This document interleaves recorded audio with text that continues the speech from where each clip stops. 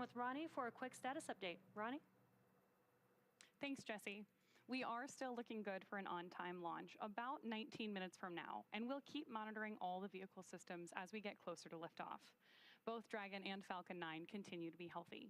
So as we continue to listen and watch the countdown, our teams are continuing to prep the vehicle for flight, and propellant loading of both RP-1 and liquid oxygen began at T-minus 35 minutes. We also heard the call out a few minutes ago that the launch escape system is now armed. The range, which is monitoring keep-out zones, among other key flight requirements, also continues to report no issues, as they are go to support tonight's launch. Weather also looks good, and we are still tracking less than a 10% chance of violation at our target liftoff time. As a reminder, today we do have an instantaneous launch window, driven by the orbital mechanics constraints of two spacecraft meeting in orbit. The technical term for that meeting is called a rendezvous. The reason we need to launch at a specific time is because Dragon is basically trying to catch up to the ISS, which as we speak is orbiting the Earth at more than 17,000 miles per hour. That means we have to deliver Dragon to the correct orbit, and we also need to time its trajectory relative to the orbiting laboratory so that they are in the same place in orbit at the same time. A precise liftoff is crucial for achieving a timely rendezvous between Dragon and the space station. So at this point, if we hear a hold called for any reason, we will have to stand down and target our backup launch opportunity, which is tomorrow at 10:31 p.m. Eastern. So with all systems go, I'm going to turn it over to Rebecca for a status update from Houston. Thanks, Ronnie. The flight controllers here in Mission Control Houston are ensuring the space station is ready to receive Dragon. They're also checking that all the communication links between the station, Dragon, and the ground are working properly. Right now, everything is proceeding as planned. The teams here in Mission Control Houston, the team in Hawthorne, and the astronauts aboard the space station will monitor the autonomous docking of Dragon on Tuesday when they enter joint operations, which happens when the spacecraft enters the approach ellipsoid, which is an invisible boundary that helps us monitor spacecrafts arriving and departing. After docking, the crews will perform a series of leak checks and then work to... working. Expect more words here in a few minutes, shooting for T-minus 10 minutes to get you a brief. And we just received an update that we are proceeding towards launch. Once the crews perform those series of leak checks on board, they will work to open the hatches both on the Dragon side and inside the station's pressurized mating adapter. We expect hatch opening to take place about an hour and a half after docking. Once on board, the astronauts will be greeted by the space station crew and will then join in for welcoming remarks for the... Here in Mission Control, Flight Director Garrett Hain is on console overseeing the team for launch, and Paul Kanya will be on console on Tuesday for docking. That's it from here in Mission Control Houston. I'll toss it back to the team in Florida. Megan, how's it looking? Thank you, Rebecca. If you're just joining us, we are now at T-minus 16 minutes, 7 seconds and counting from the 8th astronaut rotation mission to the International Space Station under NASA's Commercial Crew Program. Rajachari, commander of the NASA SpaceX Crew 3 mission, here with me. And Raja, we just heard a call out saying to expect another crew brief at T-minus 10 minutes about the crack that the teams are currently monitoring in the side hatch seal. Yep, and that's a pretty standard at T-minus 10 is usually when they've kind of done all the final polling and usually give an update to the crew and for the crew to make sure that they're all ready to go inside the capsule as well. And since we know of at least that one open issue, that's also kind of the logical time for them to update Crew 8 on the status of that before they go into the final terminal count. Not to say that they can't continue working it during that 10 minutes, but that's sort of I think the checkpoint they gave the crew of when they'll give them some information about it. Mm-hmm. And so, yeah, it's always exciting, and I think the administrator said exactly what we would expect and exactly why we do what we do, that of course safety will be paramount. Of course we want to see them launch. Obviously the families want to see them launch. Crew 8 wants to get there, and the expedition on the space station wants to see them, but clearly we want everyone to be safe, so yeah. I know the team will do what they need to do. So we're taking the steps towards launch, but we're waiting for that T-minus 10 brief to really give us the final Right, resolution. So we'll continue doing stuff in parallel to be ready to go, sure. But obviously the analysis still has to get completed. So when Crew 8 arrives at the International Space Station, they will be greeted by 7 other crew members, including NASA astronaut Laurel O'Hara. She's been on board since last September and delivered this personal message to her soon-to-be new crewmates. Hey, Crew 8. I'm so stoked for your launch and to welcome you on board the International Space Station. I very vividly remember my first few days on Space Station, so I'm looking forward to getting to relive those days through your eyes, and I'll try not to laugh too much. Matt, it's been an amazing 7 years so far. It's going to be really special to get to fly with you, such a good friend, and I know this is going to be one of our craziest adventures together yet. Mike, can't wait to share this boat with you. Jeanette, looking forward to continuing the good times that we had in Star City together. Sasha, there's no ice rink on board, but we have some other games planned up here. I hope you guys have a beautiful launch. I hope you enjoy the special time that you're going to get to have in Dragon together orbiting Earth. And we'll be on board waiting with a big meal prepared with all the foods that we don't like. So with that, safe travels, and I'll see you on the other side of the hatch on Space Station. I like that she said she'll try not to laugh so much as we're inviting 3 new first-time flyers onto the space station. Yeah, Laurel is infamous for easily getting cases of the giggles, so it's awesome to see her. It's been so fun to watch her and the current ISS expedition crew loving working in space, and so I know she's excited as well as the rest of Crew 7 to see Crew 8 and Laurel's time, but she'll eventually get replaced by TC, who will be launching later in March from Star City on the next Soyuz up to replace Laurel. So. We'll be tuning into that just a few weeks from now on March 21st. T-minus 12 minutes, 48 seconds and counting. We are counting down really to a T-minus 10 brief with the crew to talk an issue that the team is working. Raja, can you talk to us about that? What are your final thoughts as we approach that? Yeah, so I mean, we got to see, I think we kind of had an inkling just watching, you even brought it up as we were watching the hatch close out, just a lot more time taking pictures. And as we talked about at the time, the reason we do that, and they mentioned even back then, they said they maybe saw hair. And so as they go through and analyze those pictures, it sounds like, at least from what we could hear on the loops we can hear, and there's probably a whole bunch more going on in the background, that they're doing some analysis to see that a crack they saw in one of the photos, it sounds like. Whether that case and the analysis shows that we have what's called margin, meaning there's not any concerns for the worst case scenario of a reentry, as it sounds like what they're calling the bounding case. So that analysis I expect will be ongoing.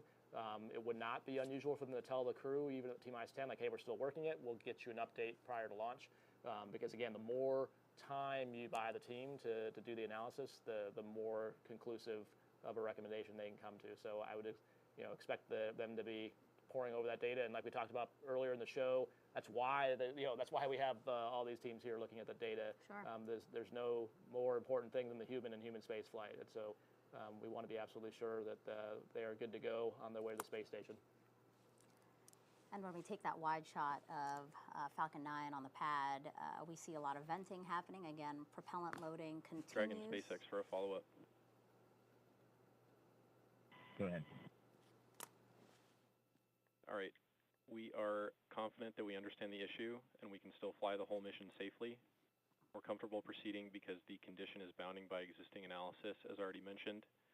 Additionally, we expect the gap created by this crack in the seal to close as the material will swell with reentry heating. And finally, it's on the lower heating side of the vehicle during reentry. The engineering team here is comfortable proceeding. How copy?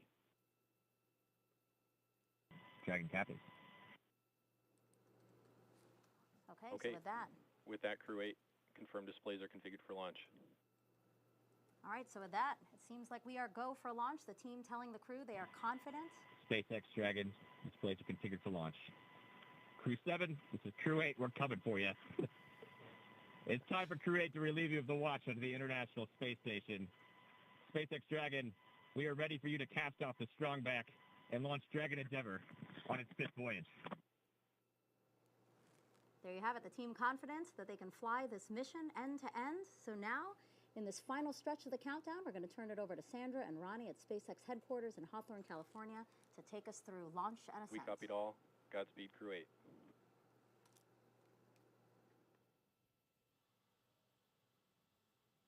Thanks so much. So with that and Crew 8 sounding excited for liftoff, our next major countdown event will be around the T-minus 9.5 minute mark, when the Falcon 9 launch commit criteria get checked by computers. So right now we're listening in for that call. The launch commit criteria are specific thresholds and pieces of information about the entire Falcon 9 system needed to make sure that the rocket is healthy. Of course, we have many systems in place to ensure that the rocket and crew are both safe leading up to liftoff and during flight, now that we're approaching terminal count. Our teams are performing all those final checks before launch.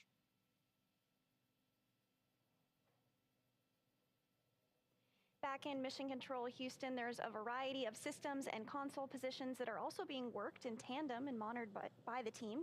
These include cameras aboard space station, reboost capabilities, as well as a console that monitors trajectory to ensure everything is looking good. It'll be about a 9-minute ride to orbit today, and that's about the time that we'll see second stage cut off.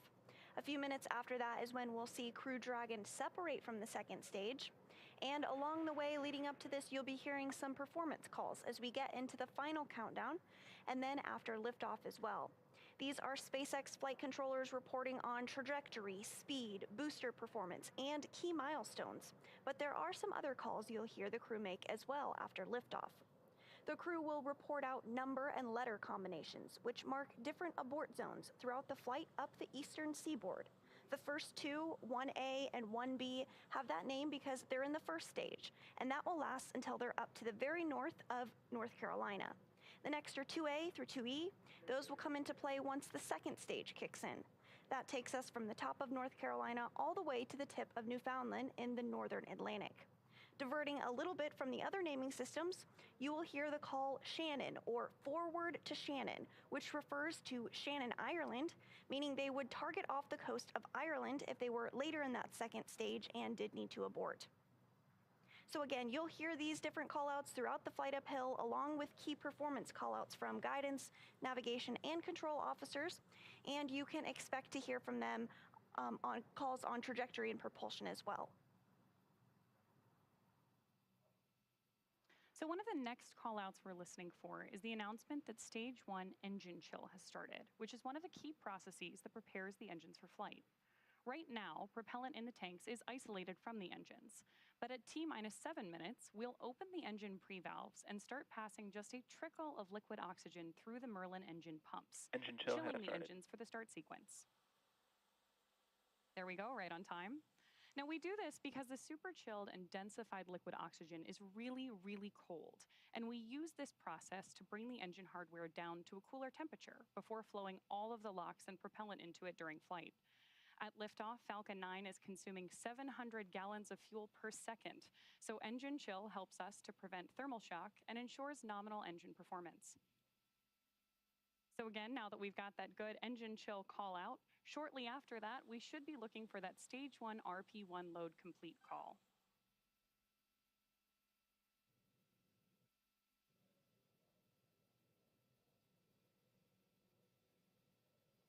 So with that engine chill now underway, we're looking ahead to the call out that RP1 load is, and there you heard it, RP1 load is complete. RP1 is densified kerosene or rocket fuel that will propel the crew into orbit. All of that RP1 is now loaded into the first stage, and we did hear that the second stage was completed a short time ago as well. We're still loading liquid oxygen on the first and second stages. This is the oxidizer needed to combine with the densified kerosene that just finished up loading. Coming up, we'll hear the call for Dragon to configure for terminal count and then transition over to internal power. Then we'll hear the propellant tanks on Falcon 9 are getting ready to pressurize, adding some additional rigidity and structural support as we get ready for the strong back to retract. At first, it will move just a couple of degrees, and then we'll see it swing open completely the moment of liftoff. That strong back provides access to Falcon 9's fueling lines and umbilicals for both prop load and the different gases being loaded on board. We'll continue to check through a couple more fueling milestones, including one around the 2-minute mark before flight, where we will hear that the liquid oxygen is finished on board the second stage. Dragon is then configured for terminal count. Falcon 9 tanks pressurizing for strong back retract. And we did just hear that call out. Dragon is in terminal count. The onboard computers now are taking control of this spacecraft. The first stage will finish liquid oxygen loading in about 3 minutes, followed by completion of second stage LOX loading 1 minute later. Strong back retract has started.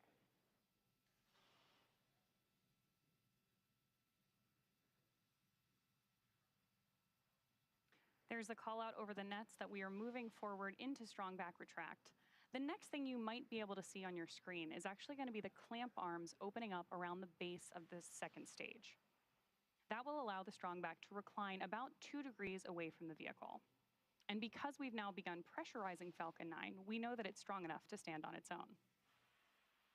That TE will throw back all the way to 45 degrees at liftoff. The strong back is part of the transporter erector, which provides liquids, gases, and electrical connections to the vehicle.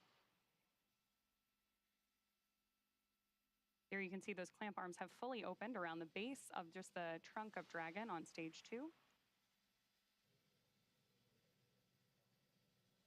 And so the next major milestone that we're tracking today is stage 1 LOX load being complete. We expect that call out at about 3 minutes when that first stage LOX load will be completely finished.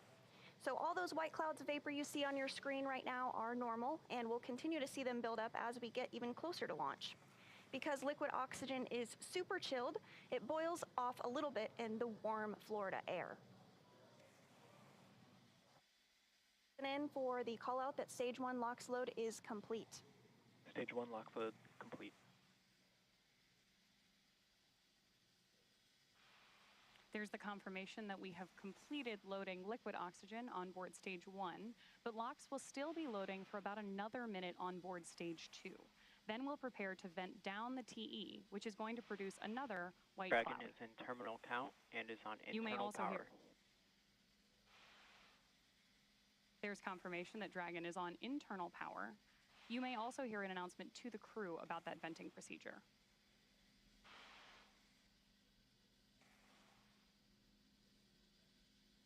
So everything continuing to go as planned this evening. We are now 2 minutes and 20 seconds away from the launch of Crew 8. Standing by in about 15 seconds, we should hear the call out that the second stage LOX load is complete and that Dragon is in auto idle.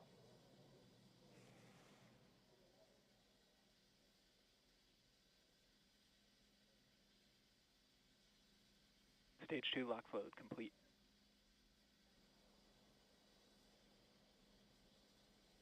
And with that, you did hear that LOX load is complete. Gas closeout has also begun, so we're now isolating all the feed lines for the different gas systems from the Falcon 9 rocket. They'll then get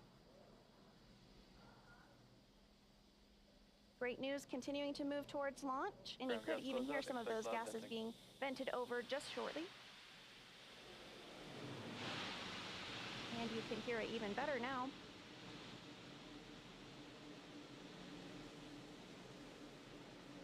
Something else you might see here in a few moments is water being poured onto the pad. Because rockets are super loud, the sound can impart loads back on the rocket itself, so that water helps absorb and prevent the sound from hitting the structure and reverberating back onto the rocket.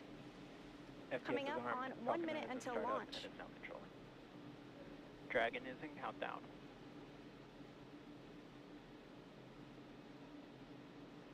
The flight termination system is armed, and we are in Dragon, countdown. SpaceX, go for 45 launch. seconds.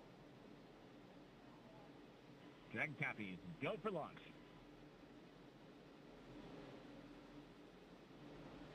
Reports go. Crew reports go. Now T-minus 30 seconds. about 30 seconds away from liftoff.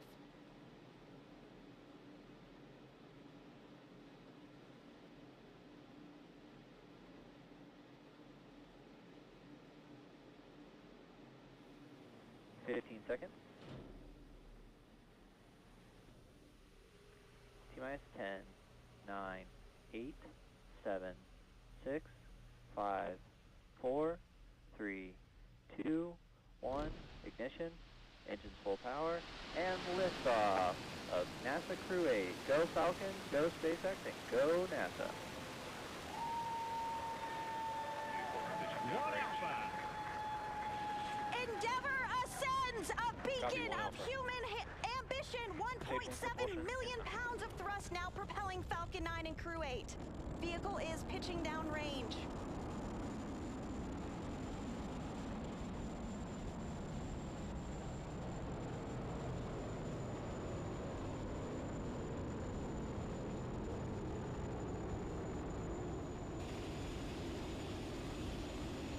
final power and telemetry. Stage 1 And we are getting good call-outs on propulsion. Falcon 9 engines now throttling down to help pass through the period of maximum dynamic pressure. Falcon 9 is supersonic. With that call out, we know that Falcon 9 is now moving faster than the speed of sound. Stage 1 throttle up. 1 Bravo. So with that call out, Copy 1 Bravo. we know that Falcon 9 is throttling back up, and that one call out for 1 Bravo means that we are in the second and final abort mode for the first stage, continuing to get good performance from Falcon 9. Now at this Effect point, chill the has crew started. are already pulling over 2 Gs. And with that call out, we know that that engine chill for MVAC, which is our second stage engine, has now also begun. That also means we have a couple of events that are going to happen in rapid succession. First is that chill on the MVAC engine, and then we'll have main engine cutoff, or MECO, where the 9 engines on the first stage of Falcon 9 will cut off ahead of first and second stage separation. Then the Merlin vacuum engine on board the second stage will ignite and carry the Crew 8 astronauts to orbit, while the first stage begins its journey back to Earth. At this point in the flight, the 9 Merlin Stage 1 engines throttle are down. starting to throttle down, and we're standing. There's that call out for throttle down, and we're standing by for MECO.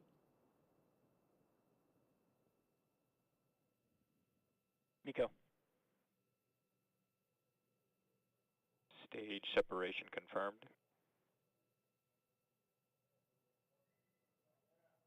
MVAC ignition. 2 Alpha. Copy 2 Alpha.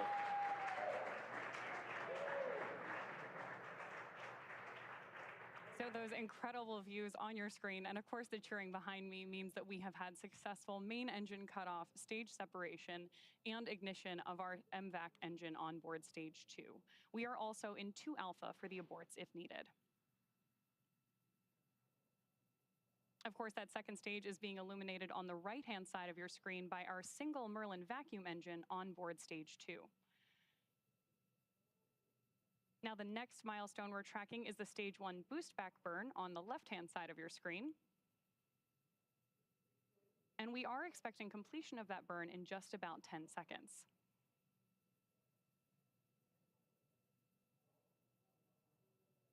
And so Crew 8 is now traveling at over 4,000 miles per hour. We're continuing to get good call outs, everything going really smoothly today. That second stage will continue firing until we reach about 8 minutes into the flight. Dragon SpaceX, trajectory nominal. Dragon. Good performance on the lone Merlin vacuum engine on the second stage. The crew's G-load dips right when we hit the separation event, and it's going to continue to build up now. Again, we just heard another call out for nominal trajectory. That was the guidance, navigation, and control officer stating nominal trajectory, or everything is looking good. Dragon is pointed in the right direction, continuing its flight uphill. This second stage will continue to fire until a little over 8 minutes into the flight, accelerating Dragon to more than 17,000 miles per hour and placing the crew in orbit. Right now, the crew is traveling at 4,500 miles per hour and is over 93 miles in altitude. That single Merlin vacuum engine can produce over 220,000 pounds of thrust in the vacuum of space, and you really see it doing the heavy lifting right now. So while Crew 8 continues on its way to the International Space Station, the first stage booster is on its way back to landing Dragon zone 1. SpaceX, trajectory nominal. Confirmation Dragon. there that the trajectory for both vehicles is looking good. Now, the first stage has a couple of events itself in order to land. At T plus 6 minutes and 16 seconds, stage 1 will begin its entry burn, which will be the first of 2 burns prior to landing. During this burn, Falcon 9 will ignite only the center engine for about 10 seconds in order to slow the vehicle down before it reaches the denser parts of the Earth's atmosphere. That will be followed by the landing burn at T plus 7 minutes and 21 seconds. This time we'll light 3 engines, and the burn will last for about 20 seconds, ending just about a minute before we expect Dragon to be inserted into orbit.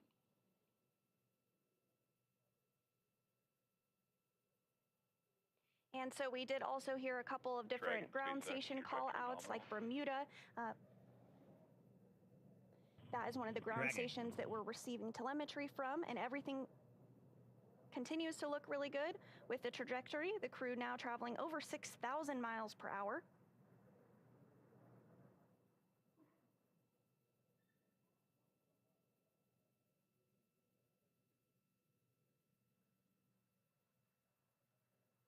Again, this second stage will continue to light for a couple more minutes before second engine cutoff. At that point, the vehicle will coast for a few minutes before separation.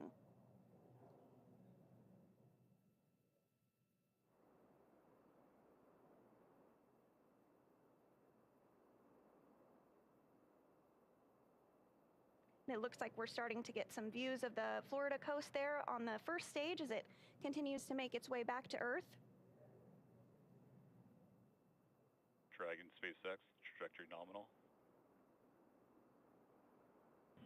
Continuing to get good call outs, everything going smoothly. Now almost 7 minutes into the flight of Crew 8. So the next milestone we're standing by for is Stage 1 landing burn start. Again, as Stage 1 approaches the Space Coast to touch back down at Landing Zone 1.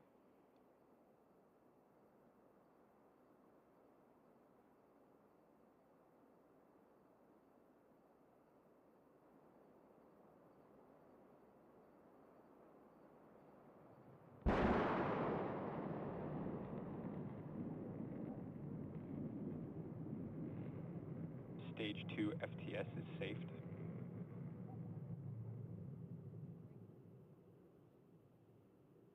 And it is great to see that first stage back on Earth coming up.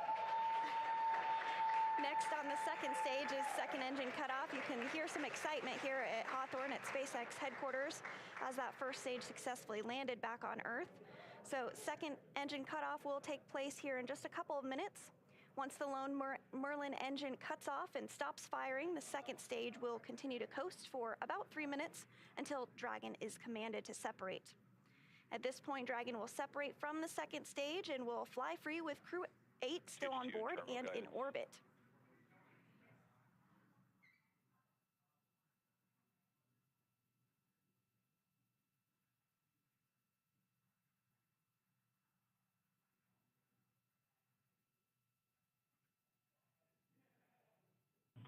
Shannon! Copy, Shannon. And that call out for Shannon, indicative of Shannon, Ireland, the very last abort zone in the second stage. The Merlin engine is about to shut down. You just saw it there on your screen. Dragon SpaceX, nominal orbit insertion. Hearing good call outs following second stage cutoff. The crew is in a nominal or as expected orbit. That is great news. That launch escape system. And we are getting our first view of Crew 8 inside Endeavour, 3 of them in space for the very first time. So again, we'll continue to coast for these few minutes after that second stage just shut down. This helps to allow rates and motion to settle out.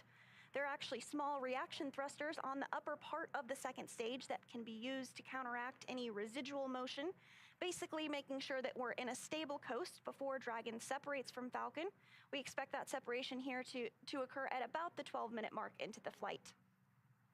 So again, we did hear that the crew has been successfully inserted into a good orbit. This is the crew in microgravity, 3 of them for the very first time, all good call outs.